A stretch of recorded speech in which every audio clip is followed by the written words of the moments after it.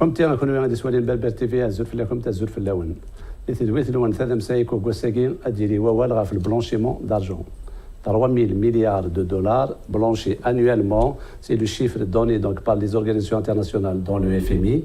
Le blanchiment d'argent, c'est là une organisation, et le GAFI, la dernière fois, c'est l'Algérie a fait la liste grise. يمكن ادنى وين غاوال غا في تمثال تاكير صنفح دمقر ندار ضغماس حليم مغربي consultant, formateur et conférencier spécialisé dans la lutte contre le blanchiment d'argent et le financement du terrorisme. Il est expert internationalement reconnu, donc ça fait 17 ans qu'il intervient auprès des entreprises du secteur financier en France, au Luxembourg, en Suisse, à Monaco et en Belgique. Mas Meralbi, bonjour, merci d'avoir accepté notre invitation. Merci pour l'invitation et merci de pouvoir m'exprimer sur un sujet aussi important que celui-ci. Exactement, donc le sujet est tellement important, donc il concerne presque tous les pays du monde. Donc comme je l'ai dit, donc ça fait 3 milliards de dollars, donc le montant annuel de blanchiment d'argent dans le monde. Dernièrement, donc l'Algérie a été mise sur la liste grise donc, des pays donc, qui blanchissent de l'argent et dans le financement du terrorisme. Donc on va savoir de quoi il s'agit. Donc dans la première partie, on va essayer quand même de comprendre les mécanismes, les définitions, c'est quoi donc le blanchiment d'argent, le financement du terrorisme, les acteurs qui interviennent. Et qu'est-ce qu'il faut faire, donc dans la situation dans le monde et qu'est-ce qu'il faut faire.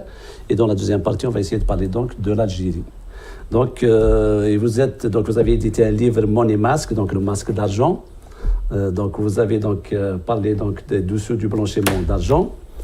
C'est quoi justement le blanchiment d'argent et comment vous êtes venu justement dans la lutte contre le blanchiment d'argent? Alors, tout d'abord, c'est une très bonne question. Pourquoi? Parce que le blanchiment d'argent, comme on peut le comprendre et l'entendre, c'est tout simplement transformer l'argent sale en argent propre. C'est un terme qui nous est familier, on l'a entendu ici et là, mais par contre, est-ce qu'on comprend réellement les différents mécanismes? C'est tout simplement le processus qui consiste à transformer une source qui provient d'une source illégale et de la transformer vers une économie légitime, dans un seul objectif, c'est celui pour finalement le criminel de pouvoir utiliser cet argent sans éveiller de soupçons. Et c'est pour ça que malheureusement, on a tendance à utiliser ce terme ici et là, sans forcément en comprendre les conséquences et puis les impacts. D'accord. Donc j'en suis venu à effectuer ce métier-là, à la suite, tout d'abord dans un premier temps, de mes travaux, plutôt de ma profession en tant qu'inspecteur général au sein d'une grande banque française. Par la suite, je suis devenu consultant spécialisé sur cette thématique. Ça fait maintenant depuis 2018 que j'effectue cette mission auprès de différents acteurs financiers, que ce soit au Luxembourg ou en France, pour lesquels en fait je les aide à mettre en place un dispositif de lutte contre le blanchiment d'argent et financement du terrorisme. Voilà. Concernant le blanchiment en tant que tel, on peut essayer d'aller un peu plus loin au niveau de la définition. Oui. Donc je vous ai expliqué qu'il s'agissait de sources illégales. Qu'est-ce qu'on entend par source? Bien évidemment, il y a tous les trafics en tout genre, trafic de drogue, trafic d'êtres humains, trafic d'armes. Il y a également la contrebande, il y a également la prostitution, il y a également la cybercriminalité, mais il y a également la corruption. Et je pense que c'est une thématique pour laquelle nous reviendrons par la suite. Lorsqu'on parle de blanchiment, automatiquement, on revient à une figure iconique de la mafia américaine, qui n'est autre qu'Al Capone. Pourquoi? Parce que c'est lui qui, il y a presque 100 ans, a initié cette notion de blanchiment d'argent. Il avait compris avant tout le monde que pour pouvoir asseoir un pouvoir local, il était important de transformer l'argent qui provenait de la prohibition vers une économie légale. C'est pour ça qu'il a fait tout simplement un transfert de l'argent de la vente d'alcool vers les blanchisseries qu'il avait achetées. Et c'est ce qui lui a permis d'avoir cette puissance économique finalement et de disposer d'une certaine puissance également politique à Chicago à l'époque. Donc le blanchiment, c'est venu de ça? À la base, ça c'est une notion. Mais ce qui est assez paradoxal, c'est que cette notion date d'il y a plus de 100 ans. Par contre, la création du GAFI n'a été faite qu'en 1989. D'accord. Soit quasiment 70 ans après. Donc le GAFI, c'est le groupe d'action financière qui est un organisme mondial de surveillance justement de la lutte contre le blanchiment d'argent. Tout à fait. Alors, vous avez raison, il faut préciser ce que signifie le GAFI. Le GAFI est un groupe intergouvernemental qui a été créé en 1989. Je pense, pour comprendre la création du GAFI, il est important de se replonger dans les années 80. Dans les années 80, les capitales européennes faisaient face à deux fléaux. Un, une transmission accrue du virus du sida, et deux, la propagation du trafic de drogue. Et donc, en fait, pour lutter contre le trafic de drogue, le G7, lors de son sommet de l'Arche en 1989 à Paris, a décidé de créer le GAFI, avec pour objectif non pas d'agir sur la source primaire, finalement le trafic de drogue en tant que tel, mais d'agir sur la source secondaire, l'infraction dite secondaire, c'est-à-dire quoi? La complicité. Et c'est pour ça que cette institution a été créée. Et pourquoi justement ce jeu blanchiment d'argent et financement du terrorisme? Également, très bonne question. Pour la simple raison, c'est que dans un premier temps, le GAFI a émis 40 recommandations. C'est-à-dire, lorsque on lui a confié cette mission, il était convenu que ce GAFI-là fasse des évaluations des différents pays membres, pour s'assurer que les dispositifs qui étaient en place étaient suffisamment robustes au niveau des pays. Et comme vous le savez, le 11 septembre a rebattu les cartes. Le GAFI a donc vu une obligation d'agir sur la partie terrorisme. Donc c'est à partir du 11 septembre qu'ils ont intégré. Exactement, ça a été exactement le 28 octobre 2001, donc quelques temps après le 11 septembre. Que le G7 de l'époque a décidé donc d'inclure 9 nouvelles recommandations dédiées au financement du terrorisme. En faisant en fait de quoi? Pour agir contre le terrorisme, on va faire du financement la pierre angulaire de la lutte contre le terrorisme. Tout comme dans les années 80, plutôt en 1989, pour agir contre le trafic de drogue, on a fait quoi? On a décidé d'agir sur le financement, en tout cas sur le blanchiment d'argent. Donc vraiment toujours partir en amont.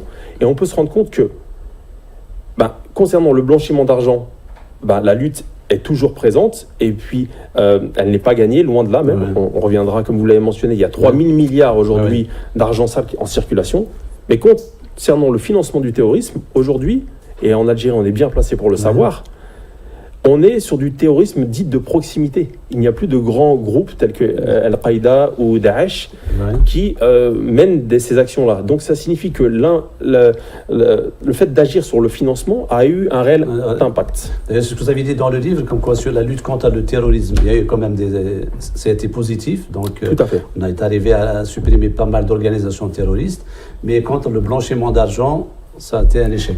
Et c'est ça qui est assez paradoxal. Aujourd'hui, donc, comme vous l'avez mentionné, que ce soit le FMI ou les Nations Unies, estiment le montant total d'argent sale dans l'économie annuelle à hauteur de 3 000 milliards de dollars. C'est-à-dire l'équivalent du PIB du Royaume-Uni. Si l'argent sale était un pays, ça serait la 6e puissance économique mondiale. Mais paradoxalement à ça, c'est qu'il n'y a jamais eu autant de réglementation que ces dernières années. Et on peut le voir, notamment en Europe, où malgré qu'il y ait une réglementation qui soit toujours plus importante, tout simplement, on se rend compte qu'il y a des scandales qui sont toujours plus élevés. Je vous prends un exemple. Le dernier scandale, le plus grand scandale de l'histoire de blanchiment d'argent, a concerné la Danske Bank. La Danske Bank, c'est une banque danoise. Alors que le Danemark est un pays qui est connu pour sa transparence financière, sa banque principale a fait l'objet du plus grand scandale de blanchiment d'argent de l'histoire. On parle de 200 milliards de dollars blanchis. C'est des sommes qui sont astronomiques. Alors que paradoxalement, on a une réglementation qui est toujours plus importante. Et comment ça peut arriver justement? Parce que il y a plusieurs raisons à cela. Moi, j'estime que, il manque un leader mondial dans la lutte. Concernant le financement du terrorisme, les États-Unis ont été leader mondial dans la lutte contre le terrorisme. Ils ont donné une impulsion et tout le monde a suivi. Mais concernant le blanchiment d'argent, ce ne sont pas les États-Unis. Pourquoi?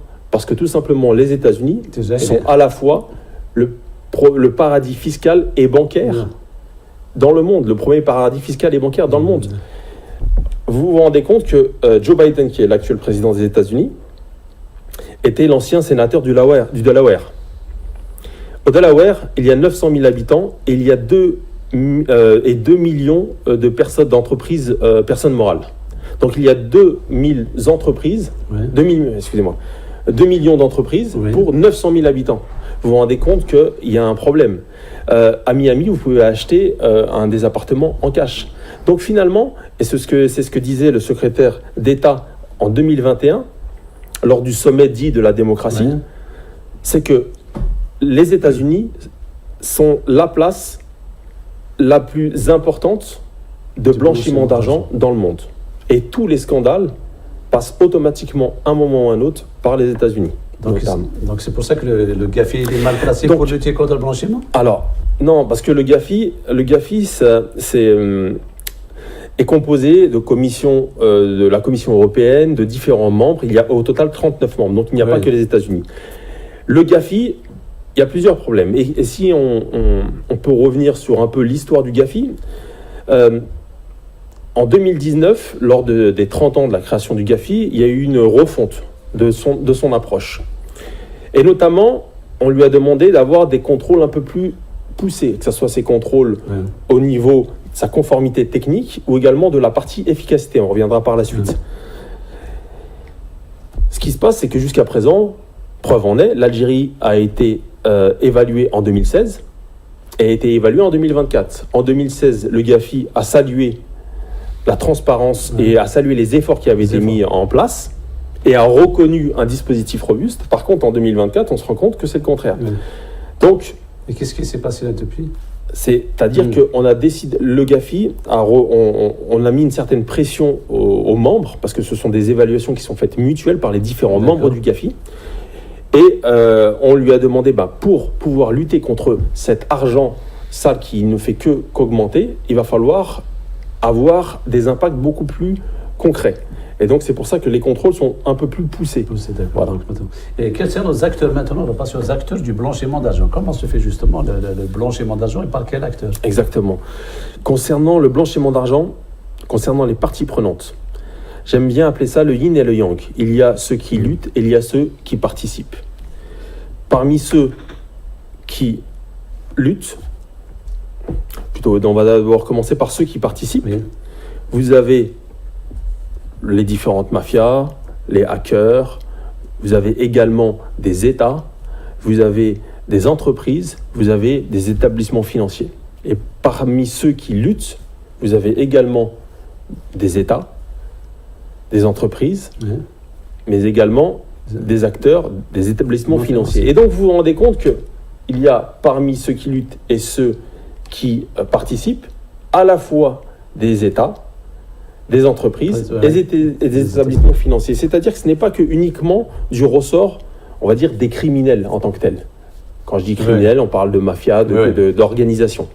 Voilà. C'est très important d'avoir à l'esprit qu'aujourd'hui, vous avez notamment des grands groupes bancaires qui ont facilité et qui facilitent encore aujourd'hui le blanchiment d'argent. Par exemple HSBC. HSBC, alors, c'est moins le cas maintenant, mais HSBC a écopé d'une amende de 1,2 milliard de dollars parce qu'ils avaient facilité le blanchiment d'argent, notamment dans le cadre du trafic de drogue mis en place par le cartel de Sinaloa au Mexique.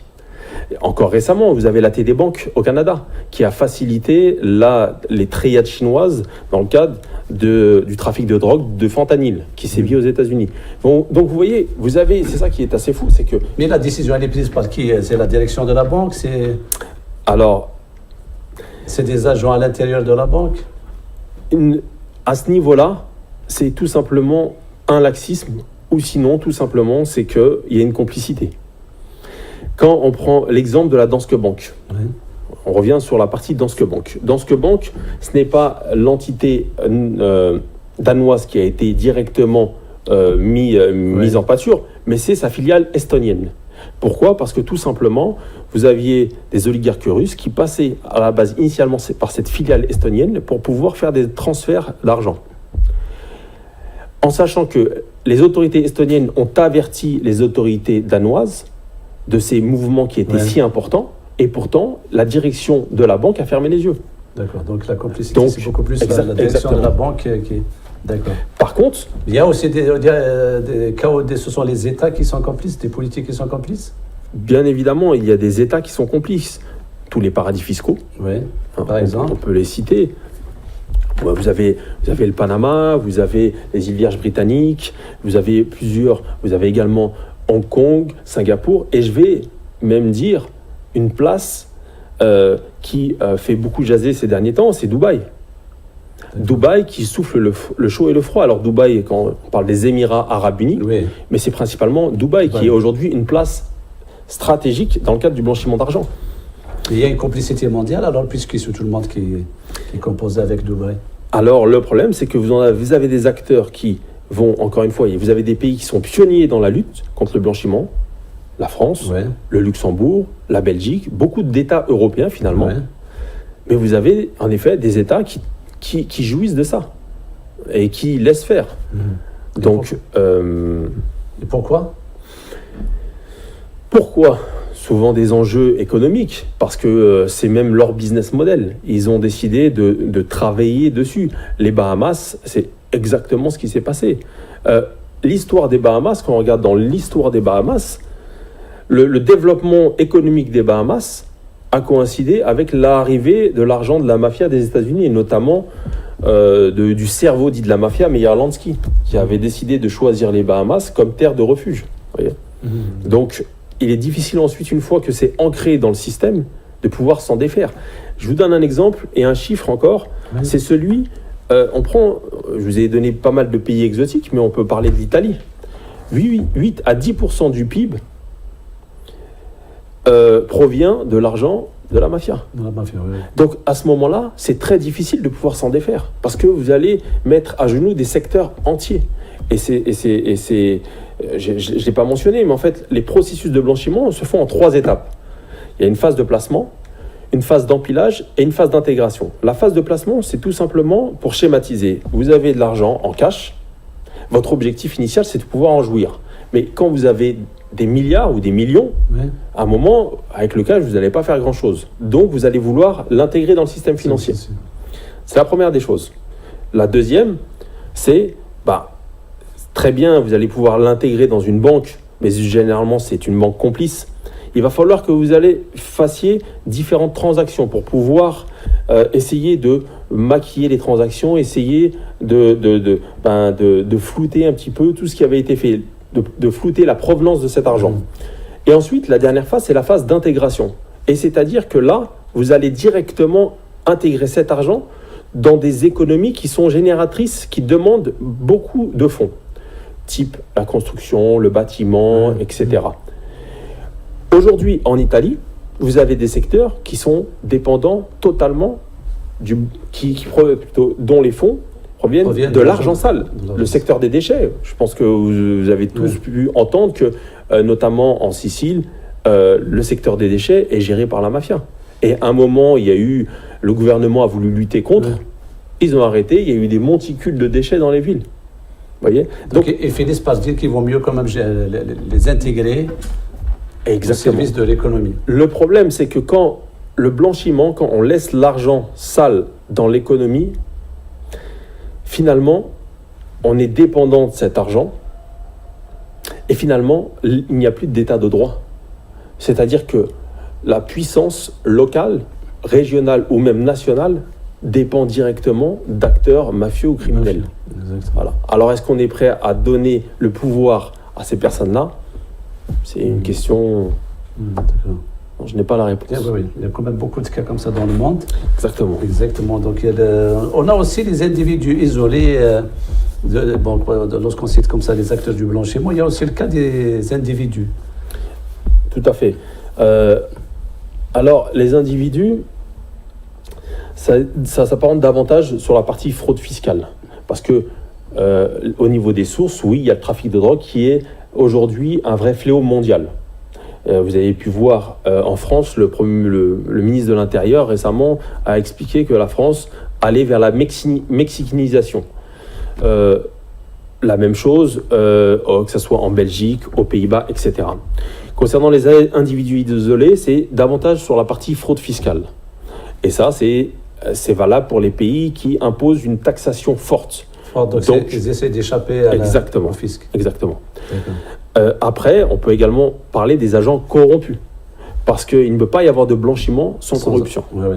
Ce n'est pas possible. Typiquement, dans le cadre, je reviens sur la partie trafic de drogue, parce que c'est important. Concernant le trafic de drogue, vous ne pouvez pas acheminer de la cocaïne de Bolivie sans corrompre à la fois des militaires et des douaniers en Bolivie, mais également dans les pays que vous allez desservir. Oui. Tout à fait. Donc, voilà, la corruption fait partie intégrante du blanchiment d'argent. Oui, et c'est la plus importante peut-être aussi. Hein. Alors, est-ce que c'est la plus importante ? Oui et non. En tout cas, c'est celle qui est constamment présente dans tous les pays. Dans tous les pays, c'est dans tous les pays. Ensuite, le problème, c'est que la corruption, c'est vraiment ce qui gangrène un pays. Parce que économiquement, un pays ne peut pas avancer avec une corruption endémique. C'est pour ça que, oui, lutter contre les différents trafics, c'est une chose, mais lutter contre la corruption, c'est également important. D'accord. Et il y a aussi les entreprises par lesquelles passe le blanchiment. Oui, alors, vous avez vu, je vous ai expliqué les différentes phases, la phase d'intégration. Cette phase d'intégration, notamment, vous allez avoir, et je reprends l'exemple de l'Italie, où vous allez avoir des acteurs directement de l'agroalimentaire, de la distribution, de la grande distribution, qui ont pignon sur rue, mais dont l'argent provient de l'argent sale, en tout cas des mafias. Donc c'est pour vous dire que l'objectif, il ne faut pas l'oublier, l'objectif c'est de pouvoir maquiller la provenance de l'argent. Et si on revient, c'est pour ça que j'aime toujours pour comprendre le présent, il est important de connaître le passé. Et quand on regarde de plus près, quand on se rappelle de ce qu'a fait Al Capone, c'est exactement ça. Qu'est-ce qu'il a fait ? Il a décidé d'utiliser des personnes morales, ces blanchisseries, pour pouvoir maquiller cet argent, la provenance de cet argent. Donc finalement, l'entreprise est un acteur clé dans le cadre du blanchiment d'argent. D'accord. Et maintenant, si on parle de mécanisme justement de lutte contre le blanchiment d'argent, qu'est-ce qui a été retenu justement sur le plan mondial avant d'arriver sur le plan local ? Alors, il y les a recommandations du GAFI par exemple. Alors, en effet, il y a 40 recommandations qui ont été définies. Ces 40 ont pour objectif d'agir sur la partie gouvernance, sur les différents dispositifs en place, sur les dispositifs de contrôle en place, sur également la répression qu'il peut y avoir. Donc ça, ce sont différents éléments qui sont aujourd'hui mis en place par le GAFI. Après, il n'y a pas que le GAFI, il y a d'autres acteurs qui luttent contre. Il y a le FMI, il y a le Wolfsberg, le groupe Wolfsberg, etc., qui sont là pour essayer de donner une impulsion.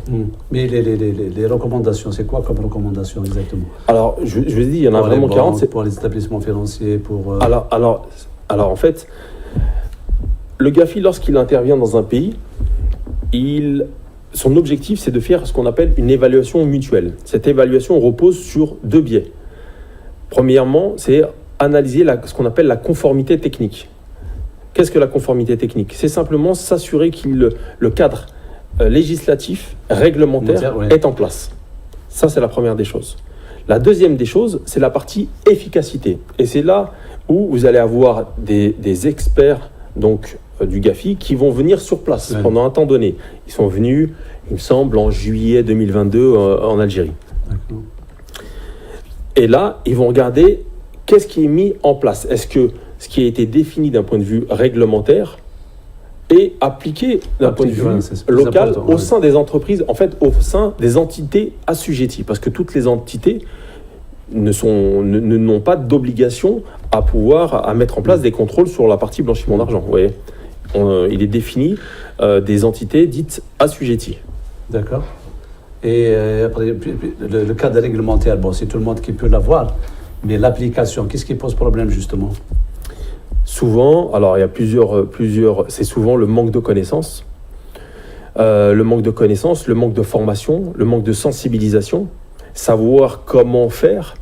Une entreprise doit mettre en place tout un dispositif, donc qui va reposer sur ce qu'on appelle l'évaluation des risques. une entreprise doit pouvoir définir quels sont les risques, comme un pays finalement. Quels sont les risques, quels sont les secteurs qui vous sont les plus impactants. À partir de ce moment-là, une fois que vous avez fait cette classification des risques, à ce moment-là, vous allez déployer différents types de contrôles. Voilà. D'accord. Mais il y a aussi des fois des manques de volonté aussi de lutter contre le blanchiment, parce que peut-être que les acteurs, ils sont peut-être dans la décision.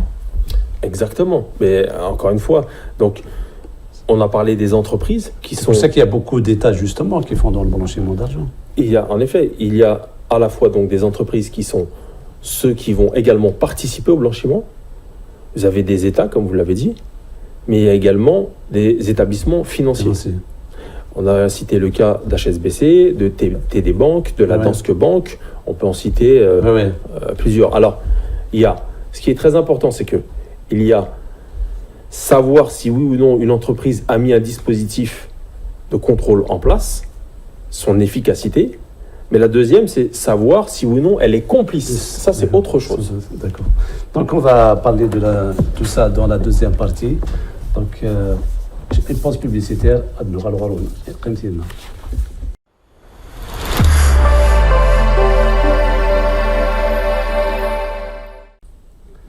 نوغال الدايد وانا الوحريش ويسين تدويل الوان ماس حليم مغربي اكسبير دون لا لوت كونتر البلونشيمون دارجون دونك تدويل ثم زواروث نقول دوال غاف البلونشيمون دارجون لي ميكانيزم بيناس لي زاكتور ايغلان ديال البلونشيمون ثورا ادنوغال غارث مورثنا اما كتزرام سني عندنا لو غافي امي دونك l'Algérie dans la liste grise des pays donc qui blanchissent de l'argent donc monsieur Merarbi donc maintenant on va parler d'Algérie.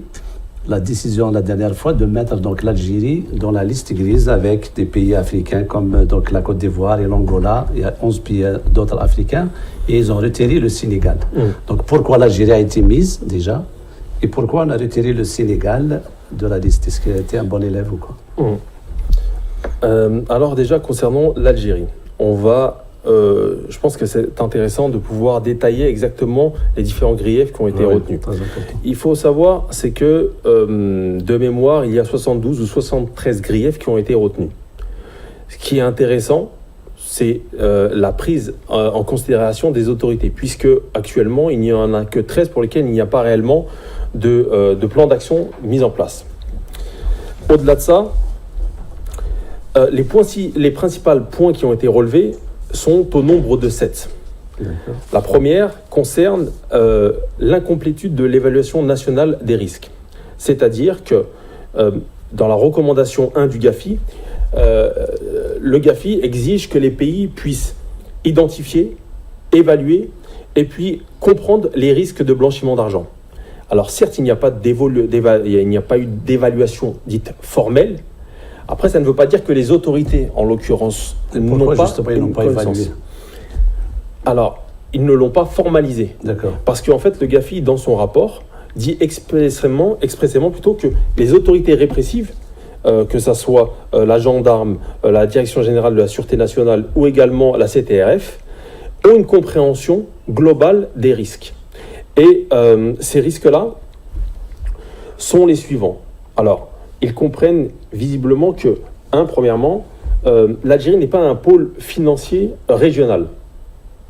Donc, un risque faible, on est dans une autarcie bancaire. D'accord. Deuxièmement, une part d'informel qui est très importante, 40% du PIB à peu près. Troisième point, la longueur des frontières terrestres et également les instabilités au niveau régional avec la Libye, le Mali et le Niger. Ça, c'est ce qui permet de caractériser le risque de blanchiment d'argent de l'Algérie. D'accord ? Donc ça signifie que, certes, on ne l'a pas formalisé, ça ne veut pas dire qu'on ne connaît pas ce risque macro. Si on regarde un peu plus en détail, ce qui a été identifié, c'est 3 types de risques.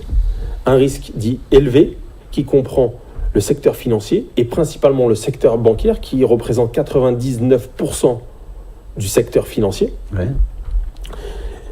De par à la fois sa taille, on parle de 28 établissements financiers de mémoire, plus de 42 000 employés, plus de 1700 agences bancaires, également le service postal par rapport à sa large couverture géographique, et de services. Et enfin, les notaires, parce que les notaires en Algérie ont un impact sur beaucoup de transactions.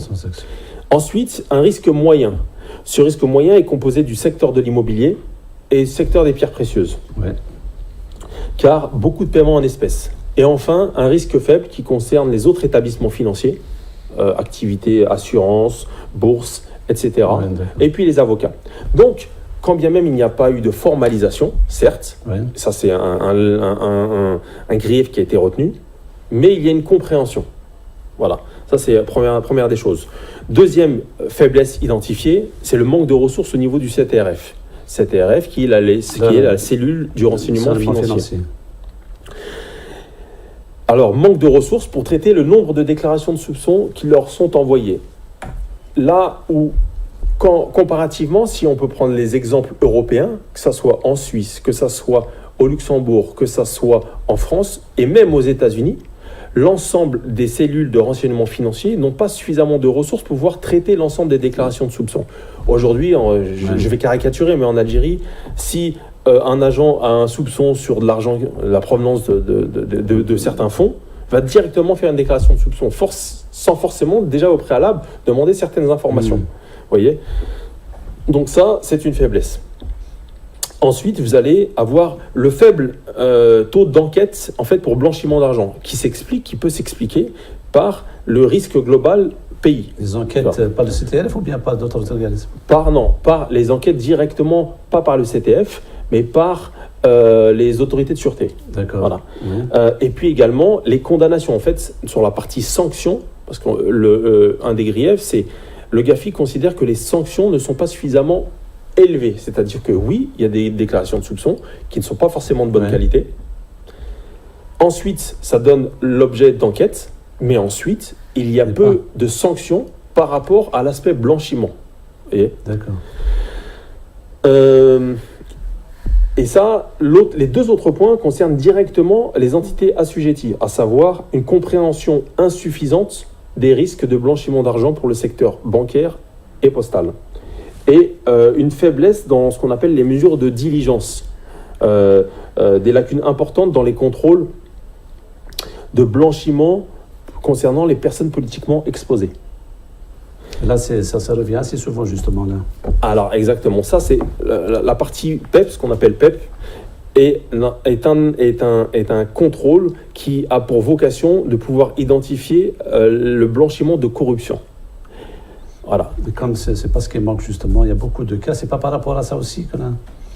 Alors non, en fait, le GAFI considère qu'aujourd'hui en Algérie, les entités assujetties, donc principalement les banques, n'ont pas des contrôles suffisamment robustes et efficaces pour identifier les personnes politiquement exposées. Ça aussi, ça peut s'expliquer parce que le règlement qui était en vigueur, c'était le 1203, ne précisait pas, ne détaillait pas l'ensemble des personnellement politiquement exposés à identifier. Ce qui a changé dans le cadre du nouveau règlement, que ce soit le règlement 2301 ou le règlement 2303, issu à la fois de la Banque d'Algérie et de la COSOP. Qu'est-ce qui a changé? Ils ont il y a plusieurs mesures qui ont été prises. Déjà, il faut saluer.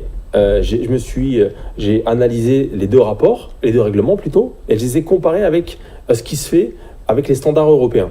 On est sur une qualité aujourd'hui en termes de règlement quasi identique à ce qui se fait au niveau international. Donc on est revenu à ce niveau-là. C'est pour ça que c'est un des griefs qui a été rempli. Par contre, donc on a bien identifié, aujourd'hui, on va analyser les personnes qui ont des postes de hauts fonctionnaires, très bien, en Algérie et à l'étranger, mais également on va analyser les ascendants, les descendants et les relations économiques. Ce qui n'était pas le cas avant. Voilà. Donc maintenant, on peut toucher quand même des personnalités politiquement exposées, c'est ça? Alors maintenant, ce qu'il va falloir, c'est que donc, le règlement stipule ça, très clairement. Maintenant, il va falloir que les entités assujetties fassent ces contrôles-là. Et c'est là toute la difficulté. Et c'est ça justement qui pose problème, parce que bon, sur le plan réglementaire, on est en norme internationale. Lorsqu'il s'agit d'applicabilité, justement, il y a toujours un problème. Alors, en sachant que le règlement, les deux règlements en l'occurrence, ont été adoptés en août de cette année et en octobre. Donc c'est très récent. Oui. Maintenant, en effet, là, vous avez raison, c'est que bah, c'est souvent ça qui pêche, concrètement. C'est pour ça qu'il est important d'accompagner ces entreprises pour pouvoir leur dire, bah voilà, ça vous devez le faire, ça vous ne devez pas le faire. Et il va falloir qu'il y ait aussi une supervision des autorités de régulation par rapport à ces points-là. Et donc, qui dit surveillance, supervision, dit également sanction. D'accord. Donc, vous avez parlé d'autres griffes, il y a encore d'autres griffes, Oui. justement. Il y a, et le dernier, c'est l'insuffisance de supervision des entités, des institutions plutôt non financières, telles que les assurances. Aujourd'hui, les compagnies d'assurance n'ont pas d'entité de régulation, pas d'entité de supervision, donc de régulation.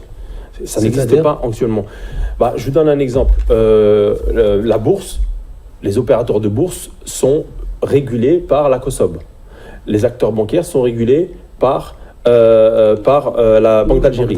Les experts comptables par l'ordre des experts comptables. Par contre, pour l'assurance, il n'y a personne. Donc il va falloir mettre en place, je pense que les autorités ont pris les devants pour pouvoir mettre en place une autorité de régulation pour le secteur des assurances. Ou en tout cas confier peut-être à, je ne sais pas, à une autre entité. Qu'est-ce qui se fait en France, par exemple? Alors en France, par exemple, ça va être rattaché à l'ACPR, donc l'équivalent de la Banque d'Algérie. Ah d'accord, donc ça va être... Maintenant, au Luxembourg, ils ont choisi un autre dispositif. Ils ont créé une entité spécialement de régulation qui s'appelle le CAA, Commissariat aux assurances, qui, elle, ne s'occupe que de la partie assurantielle. Il dépend directement de quel... du ministère. Du ministère. D'accord, ok. Voilà. Donc on revient, puisque vous avez dit plus de 90%, c'est le secteur bancaire et financier. Oui. Bon, dans le détail, justement, quelles sont ces lacunes, justement, de ce système bancaire et financier algérien? Il y en a plusieurs. Alors, sur la partie blanchiment, de manière générale. Blanchiment, bien sûr. Blanchiment. On reste toujours dans le blanchiment et la corruption. Le problème, c'est qu'aujourd'hui, le secteur bancaire est face à une dualité. Pourquoi? Parce que, comme on l'a dit, le montant de l'informel représente 40% du PIB. Il y a une volonté à ce que cet informel puisse intégrer le système financier. Mais qui dit ça, dit automatiquement quelque part fermer les yeux sur la provenance des fonds. Exactement. Parce que c'est, on va dire, une amnistie financière. Le problème, c'est qu'à côté de ça, on leur demande d'avoir davantage de contrôle, de mettre en place davantage de contrôle, de tracer les fonds, d'identifier la provenance de ces fonds. Donc ça, c'est un vrai challenge, un vrai dilemme, que n'a pas, par exemple, que ce soit la Belgique ou que ce soit l'Italie, par exemple, ont eu ces cas de figure, mais uniquement sur l'aspect fiscal. Il y a eu ils appelaient ça à un moment, même en France, l'amnistie fiscale. Ouais. Vous avez le droit de ramener vos fonds, on ferme les yeux, vous dites, vous êtes imposé sur temps, et puis voilà. L'Algérie, on ne parle pas des mêmes montants, et puis on ne parle pas de cet aspect fiscal. Donc après, ça va être un vrai dilemme. Ça ne veut pas dire qu'il ne faut pas mettre en place de contrôle. Et c'est pour ça que l'approche par les risques est quelque chose de très important. Approche par les risques, ça signifie que, en fonction donc on parle du bancaire, en fonction du type de client, en fonction des différents produits, en fonction de plusieurs facteurs, on va identifier un niveau de risque.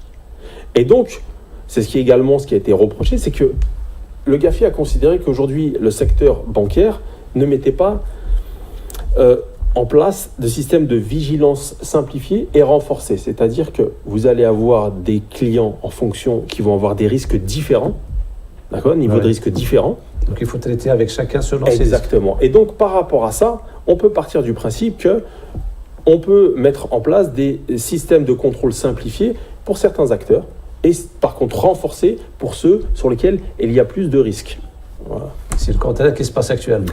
Actuellement, je dirais même... plus surveillé quand il s'agit de petites sommes que lorsqu'il s'agit de grosses sommes. Le problème, c'est que ce qui va faire attention, et ça c'est un vrai risque, il ne faut pas tomber dans un enfermement. De se dire, non, c'est bon, on refuse tout, on bloque tout. Et ça, malheureusement, c'est vrai qu'il peut y avoir ces réflexes-là. Non, il faut le faire de manière pragmatique, parce qu'encore une fois, il ne faut pas ralentir l'économie non plus. Le secteur bancaire est un acteur très important dans le domaine de l'économie, de manière générale mondiale, mais en Algérie. Donc, on ne peut pas bloquer. Au contraire, aujourd'hui, on recense 1700 agences en Algérie. C'est-à-dire une agence pour 26 000 habitants. Or, les standards internationaux, c'est une agence pour entre 5 000 et 10 000 habitants. Donc, il va falloir, en théorie, il faut multiplier le nombre d'agences pour bancariser davantage l'Algérie. Qui dit bancariser l'Algérie permettra de rentrer davantage plus d'argent formel dans le circuit. Aujourd'hui, vous avez des Algériens qui n'ont pas de compte bancaire, qui ne veulent pas en avoir. Oui, exactement. C'est un problème, ça. Donc, si dès le départ on leur met des contraintes à l'entrée, ils ne vont pas vouloir ramener davantage leur argent. Et donc, cet argent va rester dans l'informel, avec pour conséquence une dévaluation de la monnaie, etc. etc. Donc, c'est un savant mélange, c'est un dosage qu'il faut pouvoir faire de manière pragmatique, intelligente, et puis voilà.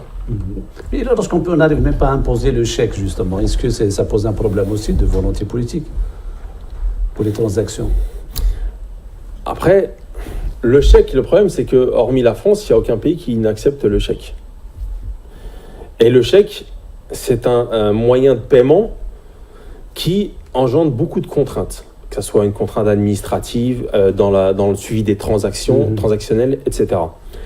Donc, là, ce que vous avez identifié, c'est est-ce qu'il faut imposer certaines choses? Oui, il faut les imposer. Parce que là, on paye encore avec des sacs d'argent et tout, des transactions. Ça doit plus faire, ça. Mais c'est pour ça qu'il y a des mesures correctives qui ont été prises. Et c'est ça qui est intéressant de mettre en avant aussi, c'est que vous avez vu la nouvelle loi de finances 2025. Pour plus de 5 000 dinars, oui. Exactement. Donc aujourd'hui, on rentre déjà dans un système où l'espèce... Mais le problème, c'est l'applicabilité aussi. Ça. On va voir si ça va être appliqué. C'est ce qui a été dit aussi sur le marché noir de la devise. Donc, il y a l'ouverture des bureaux de change. On va voir est-ce que le square va fermer. Tout ça, ce sont des interrogations. Vous savez, je vais prendre un exemple. La Turquie. Je reviens sur la partie blanchiment. La Turquie. En 2013, la Turquie a décidé de revoir sa politique de naturalisation en octroyant la citoyenneté turque à toute personne qui achetait un bien immobilier supérieur à 250 000 euros. Cette loi a fait appel d'air pour l'ensemble des criminels européens, principalement, des Balkans et de Russie. La criminalité a eu pour conséquence une augmentation de la corruption. Augmentation de la corruption a eu pour conséquence la mise sur la liste grise du GAFI. Cette mise sur la liste grise du GAFI a eu pour conséquence une baisse des investissements directs étrangers. Cette baisse a eu pour conséquence que la Banque centrale turque baisse le taux directeur, faisant en sorte de quoi? De dévaluer sa monnaie et d'augmenter l'inflation. Et aujourd'hui, on se retrouve dans une situation en Turquie où l'inflation est galopante, d'accord, avec une dévaluation de la monnaie. Donc c'est pour ça que certaines mesures qui peuvent être prises à la base, qui peuvent être intéressantes, leur application peut être totalement différente. Donc après, est-ce que c'est bien ou pas? Moi je pense que, en effet, est-ce que la direction qui est prise là par le ministère va dans le bon sens? Là, on ne peut pas dire le contraire. Au niveau des textes réglementaires, ça va dans le bon sens. Maintenant, comme vous l'avez dit, l'application, c'est encore autre chose. Il faut beaucoup plus être dur dans la législation, ou bien il faut y aller d'une manière souple en attendant pour une meilleure transition? Moi, par expérience, ce que j'ai pu constater, c'est que c'est la sanction qui fait en sorte que les gens se mettent dans l'ordre. Il y a deux choses. Il y a la sanction et il y a la communication de la sanction. Le fait d'agir sur le risque réputationnel. Lorsque vous agissez sur le risque réputationnel, automatiquement, personne n'a envie qu'on balance son nom en pâture dans les journaux, dans les médias. À partir de ce moment-là, vous avez déjà gagné quelques points. Vous obligez les entités à se conformer. Alors en plus de ça, si vous agissez sur l'aspect financier, vous agissez sur les deux volets. D'accord. Donc vous avez parlé aussi de l'immobilier. Comment se fait justement c'est connu d'ailleurs, c'est l'un des aspects les plus connus dans le blanchiment d'argent aussi. Exactement. L'immobilier, c'est un choix propice pour les blanchisseurs. Et que ce soit aux États-Unis, dans le monde entier. Preuve en est, si vous regardez bien, pendant longtemps, la France a été un paradis immobilier. Parce qu'ils aiment bien montrer du doigt un petit peu les autres pays. Mais que ce soit la Côte d'Azur ou Paris, accueillait l'ensemble des despotes Exactement. et puis des oligarques russes, etc. Ouais. Des criminels vénézuéliens, etc. Colombiens, c'est connu, il y a eu plusieurs affaires. Beaucoup de politiques même algériens qui achètent là-bas. Exactement. Donc, facile de pointer du doigt. Donc, ça prouve Ouais. que l'immobilier, en effet, est une terre, principalement, plutôt, est un secteur qui est propice au blanchiment d'argent. En Algérie, est-ce que c'est le cas? Bien sûr que oui, ça va pas faire. La situation ne fait pas exception. Je pense que même l'immobilier dit de luxe, c'est quelque chose qui, on va dire, de manière générale dans le monde entier, est de notoriété publique. Vous voyez. Donc, est-ce que des gens choisissent d'investir dans l'immobilier pour blanchir de l'argent? Oui. Maintenant, encore une fois, il faut se rappeler que le risque de blanchiment en Algérie reste faible. C'est-à-dire que vous n'allez avoir aucun trafiquant de manière générale qui va venir en Algérie. qui va venir pour placer son argent. Si j'avais 5 millions d'euros provenant, allez, on prend des exemples, 5 millions d'euros provenant cyberattaque, allez, Ouais. j'ai volé de l'argent à une entreprise. Est-ce que je viendrai en Algérie avec mes 5 millions d'euros pour les poser en Algérie, pour prendre du dinar dont la monnaie aujourd'hui est dévaluée, Ouais. où déjà c'est difficile de rentrer de l'argent et encore Exactement. plus difficile de le sortir. Donc, Exact. c'est pas du C'est tout vrai. une terre propice au Même pour blanchiment. acheter de l'immobilier, ça vaut pas le coup aussi. C'est pas... Donc voilà, donc c'est pour ça que, encore une fois, ce qui caractérise davantage l'Algérie, en termes de sources de blanchiment, c'est beaucoup principalement plus la corruption. la corruption. La corruption, exactement. Oui. C'est ça, je pense, le plus grand grief donc, qui a été retenu contre l'Algérie. Et qui sont les acteurs justement de la corruption en Algérie? Ça provenait d'où exactement? Le problème, c'est que la corruption en Algérie, C'est devenu un sport national. vous allez avoir un employé de l'APC qui va vous demander de l'argent pour un simple papier, comme vous allez demander à un dirigeant d'une entreprise Oui. publique qui va freiner un projet parce qu'il Oui. n'a pas reçu sa commission. Donc le problème, c'est pas des personnes en particulier, c'est tout un système. tout un système. C'est pour ça que ça, c'est un fait. Maintenant, est-ce que l'Algérie essaye de lutter contre la corruption? Oui. Est-ce que c'est suffisamment efficace? Non. D'accord. On sait qu'il y a quand même un organe qui est dédié, qui est l'OCRC.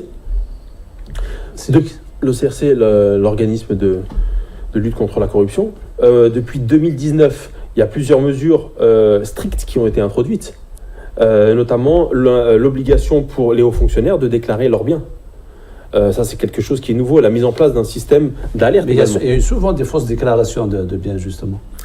C'est pour ça que on revient à quoi? À l'inspection, à la Ouais. vérification. C'est pour ça que le dispositif de contrôle est très important. C'est ce qui va faire la différence.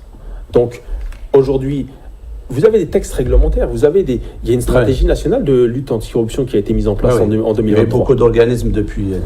Il y a plusieurs, mais est-ce que ils n'ont c'est jamais été efficace? efficaces. Oui, ils Voilà. n'ont jamais été efficaces. Par contre, il y a des petites choses à mettre en place pour pouvoir lutter contre la corruption. Moi, j'aime bien prendre l'exemple du portail ANA pour l'auto-entreprise, la création d'auto-entreprises. C'est quelque chose qui marche. Pourquoi? Parce que c'est de la digitalisation. Vous avez moins de contact avec l'humain. Donc, automatiquement, ça ne freine pas. Vous créez une entreprise en 3 jours. Donc, un des remèdes, quelque part, à ça, c'est la digitalisation. Deuxièmement, c'est des contrôles efficaces sur les personnes politiquement exposées et leurs affiliés.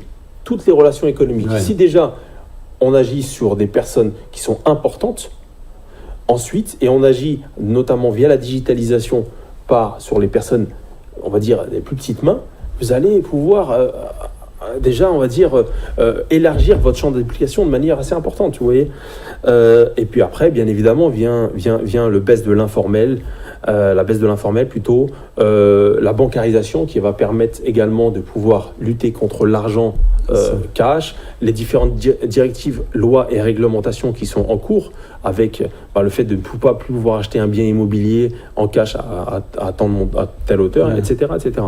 Oui, mais parce que tout le paradoxe de l'Algérie, justement, surtout dans cette période-là, depuis 2019 peut-être à ce jour, c'est quand tu vois le nombre de personnes importantes dans les prisons, Tu vois des généraux, tu vois des responsables de la police, de la gendarmerie, des premiers ministres, des ministres et tout.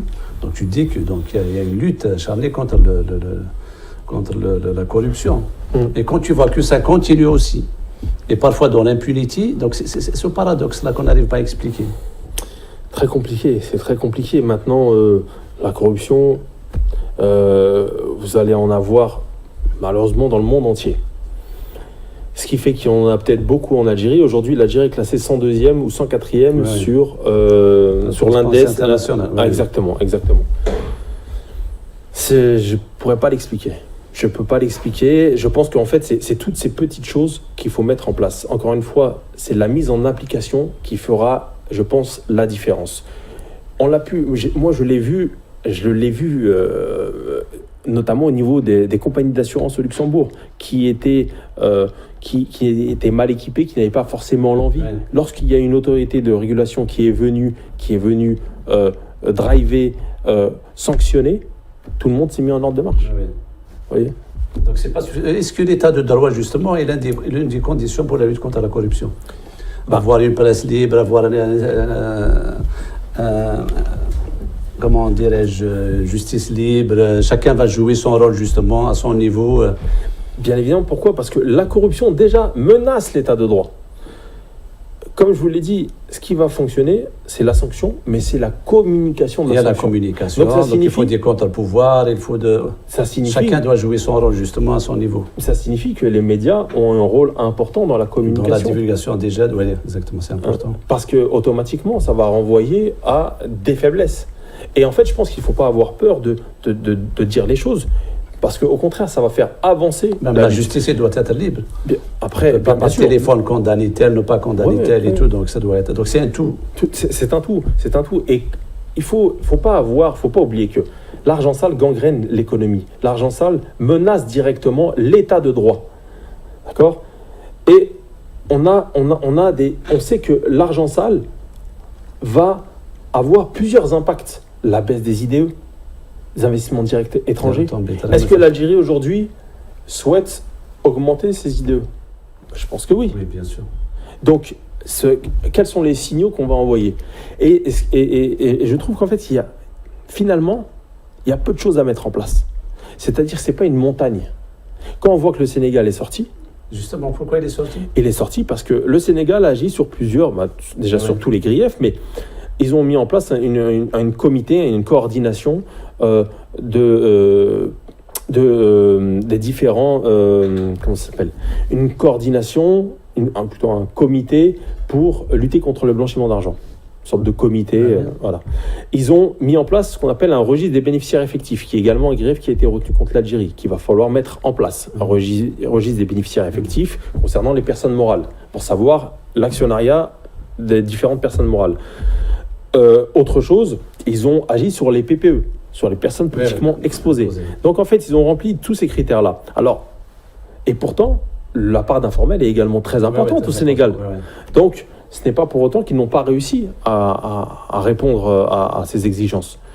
C'est pour ça que je dis, finalement, connaissant, et puis surtout en voyant ce qui a été mis en place d'un point de vue des autorités au niveau de la réglementation de la loi, on est sur vraiment des standards internationaux. Maintenant, c'est une application. Et cette application, il va falloir... Une forte volonté politique et appliquer les lois et d'y aller de l'avant. Et politique, mais aussi des entités assujetties, c'est-à-dire du secteur... Après, ça va de jusqu'au bas. Le secteur bancaire doit prendre sa responsabilité et doit se dire, aujourd'hui, on doit mettre ça en place. Secteur public, secteur privé. D'accord. Malheureusement, on arrive à terme de l'émission. Merci beaucoup, M. Meralvi, pour tous ces éclairages. J'espère que tout le monde en a profité de l'émission.